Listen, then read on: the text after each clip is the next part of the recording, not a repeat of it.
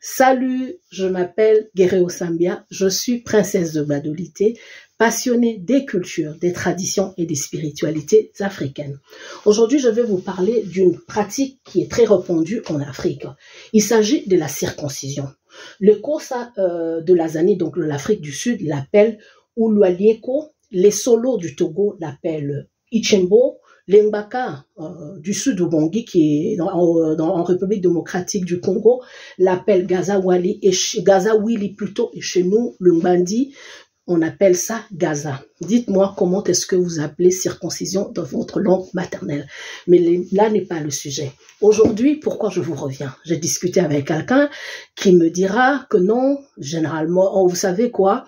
La circoncision, c'est une pratique qui nous a été importée, qui a été importée en Afrique au travers l'islam ou le judaïsme ou d'autres religions importées.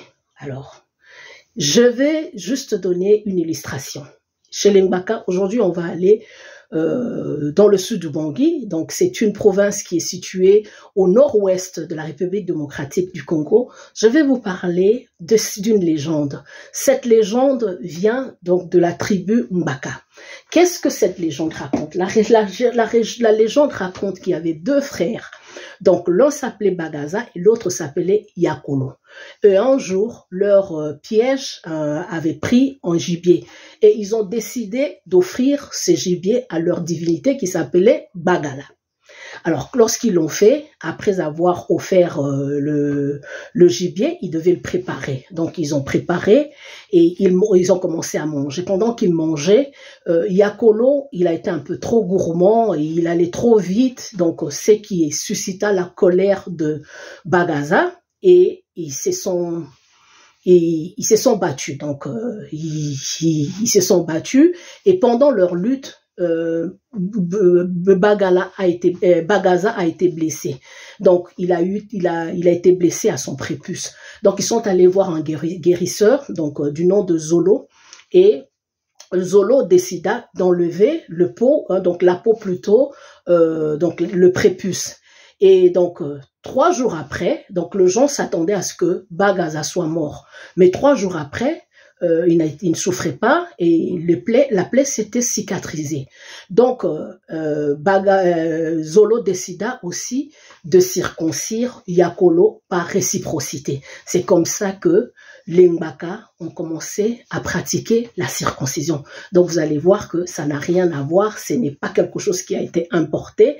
Ce n'est pas quelque chose qui est entré en Afrique au travers d'une quelconque religion.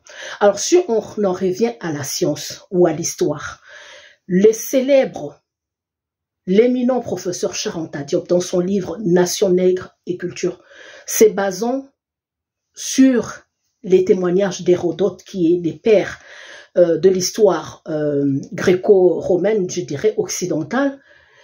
Et lorsqu'on regarde aussi les images gravées dans les pyramides, il dit que la circoncision, c'est une pratique qui était déjà répandue en Afrique et depuis plus de 4000 ans. Donc, dire que la circoncision, c'est quelque chose qui nous a été importé, c'est faux parce que il y a 4000 ans, il y a 5000 ans, ces religions n'existaient même pas encore.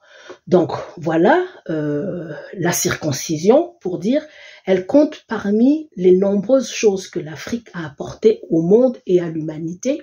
Donc, voilà un peu mon intervention d'aujourd'hui. La prochaine fois, je vais maintenant expliquer pourquoi est-ce que nous faisons la circoncision. Pourquoi la pratique de circoncision.